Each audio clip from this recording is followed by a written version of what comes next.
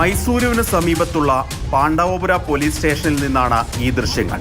പാണ്ഡവപുര സ്വദേശി സാഗറും ബന്ധുക്കളുമായി വസ്തുതർക്കം നിലനിന്നിരുന്നു. ഇയാൾക്കെതിരെ കഴിഞ്ഞ ദിവസം ബന്ധുക്കൾ പോലീസിൽ പരാതി നൽകി.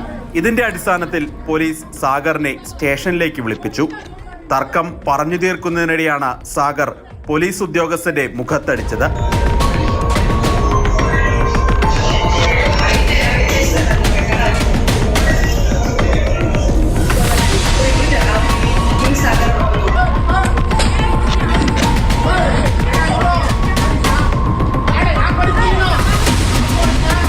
ഇത് കണ്ട് പിടിച്ചു മാറ്റാനെത്തിയ മറ്റൊരു പോലീസുകാരനെയും ഇയാൾ കഴുത്തിന് പിടിച്ച് തള്ളി.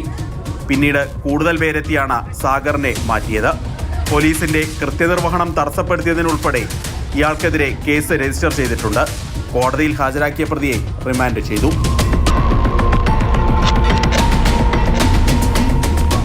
മാതൃഭൂമി ന്യൂസ്, ബംഗളൂരു.